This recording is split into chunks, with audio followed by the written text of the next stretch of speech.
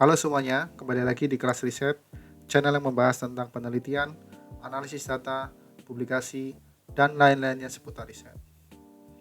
Pada video kali ini saya akan membahas mengenai sampel penelitian. Lebih spesifiknya, saya akan menunjukkan bagaimana menghitung sampel secara praktis, cepat, dan mudah. Tapi sebelumnya kalau bisa di-subscribe dulu channel riset ini biar bisa mencapai minimum 1000 subscriber lah, bahkan kalau bisa lebih. Oke, kita langsung ke pembahasan selanjutnya. Jadi, kalau kita mau menghitung sampel dengan praktis, cepat, dan mudah, bisa dilakukan dengan menghitung sampel secara online, yaitu menggunakan website survei system. Kenapa pakai website ini? Alasan yang pertama adalah website ini mendapatkan penghargaan sebagai website populer, dan juga kalau kalian ketik sample size calculator, maka website ini menduduki peringkat pertama, seperti ini.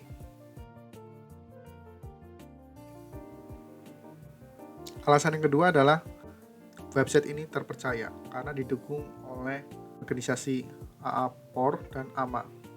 AAPOR ini kepanjangannya American Association for Public Opinion Research, sedangkan AMA adalah American Marketing Association.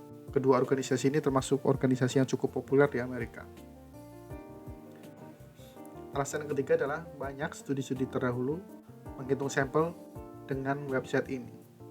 Artinya, menghitung sampel secara online dengan website ini bisa diakui secara ilmiah. Ketika kita mau menghitung sampel dengan survei system, ada dua hal yang harus kita ketahui terlebih dahulu. Yang pertama adalah confidence interval. Ini juga dikenal dengan istilah margin of error. Artinya adalah angka plus atau minus yang biasanya dilaporkan dalam hasil penelitian. Misal, ketika kita mau menggunakan interval kepercayaan atau confidence intervalnya sebesar 4%, dan ketika hasilnya menunjukkan sebanyak 47% sampel memilih jawaban ya, artinya Anda yakin bahwa Anda telah mengajukan pertanyaan kepada keseluruhan populasi yang relevan dengan jawaban ya sekitar 43% sampai dengan 51%. 43% diperoleh dari 47 dikurangi 4, dan 51% diperoleh dari 47% ditambah 4. Istilah yang kedua adalah confidence level. Jadi ini menunjukkan tingkat kepercayaan dari seorang peneliti terhadap penelitiannya. Dengan kata lain, ini menunjukkan seberapa sering persentase jumlah sampel yang diambil adalah benar untuk mewakili populasi penelitian. Umumnya, tingkat kepercayaan yang digunakan adalah sebesar 95% atau 99%. Besar kecilnya confidence interval atau confidence level akan menentukan jumlah sampel yang harus diambil. Sebagai contoh, ketika kita menentukan tingkat confidence intervalnya sangat kecil, maka konsekuensinya jumlah sampelnya yang diambil semakin besar. Begitu juga dengan confidence level atau tingkat kepercayaan. Ketika kita menentukan tingkat confidence levelnya sebesar 99%, maka jumlah sampel yang diambil itu lebih besar dibandingkan dengan confidence levelnya sebesar 95%.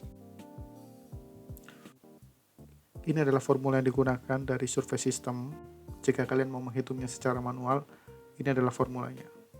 Tetapi kita bisa menghitungnya secara cepat, praktis, dan mudah melalui online.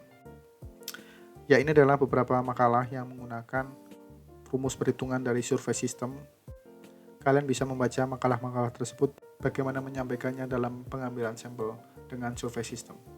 Kita langsung saja bagaimana menghitung sampel secara cepat, ringkas, dan mudah pada website survei system.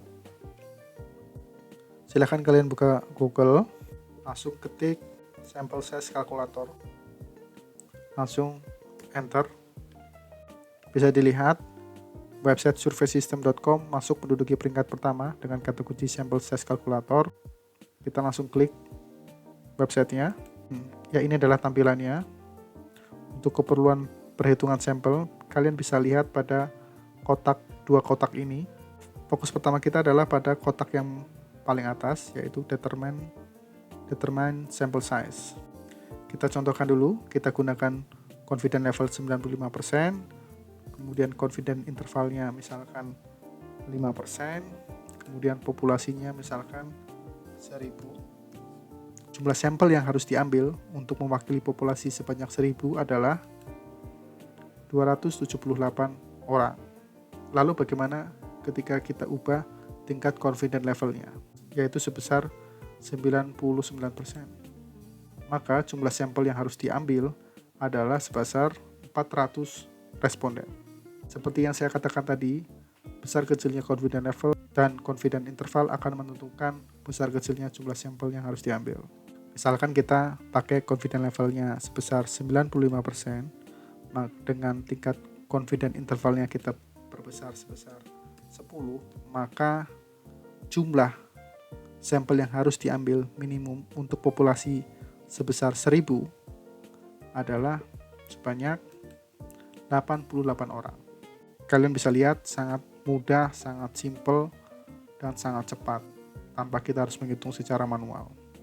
Ya, untuk kotak kedua ini adalah untuk keperluan untuk mengetahui seberapa besar margin error-nya ketika kita mau menentukan jumlah sampelnya. Sebagai contoh, kita menggunakan confidence level sebesar 95%, kemudian kita populasinya adalah 1000, kemudian kita mau menentukan kalau saya mau mengambil sampel sebanyak 50 orang atau 50 responden, berapa margin error-nya yang harus diperlukan agar sampel yang saya peroleh sebanyak 50 ini bisa mewakili 1000 populasi ini. Maka jawabannya adalah confidence interval yang harus digunakan adalah sebesar 13,52. Contoh yang lain, saya punya populasi 1000, kemudian saya memiliki confidence level sebesar 95%, kemudian saya mau mengambil sampel sebanyak 88 orang, maka tingkat confidence interval yang harus dipakai adalah sebesar 9,98. Kalau dibulatkan adalah sebesar 10%, sama dengan pada kotak yang di atas ini. Jadi kotak yang kedua adalah kalau kita mau menentukan secara pribadi jumlah sampelnya, maka kita bisa menyesuaikan confidence intervalnya agar bisa memenuhi populasi yang mau kita penuhi. Bagaimana? Sangat mudah, sangat cepat, dan sangat praktis. Kalian tidak perlu menghitung secara manual, cukup masukkan datanya, maka dalam 1 detik akan diperoleh hasilnya. Semoga informasi ini bisa menjadi alternatif bagi kalian ketika kalian mau menghitung sampel. Itu saja dari saya. Jika kalian memiliki pertanyaan mengenai perhitungan sampel ini atau yang lainnya mengenai penelitian, silakan ajukan saja di bagian komentar.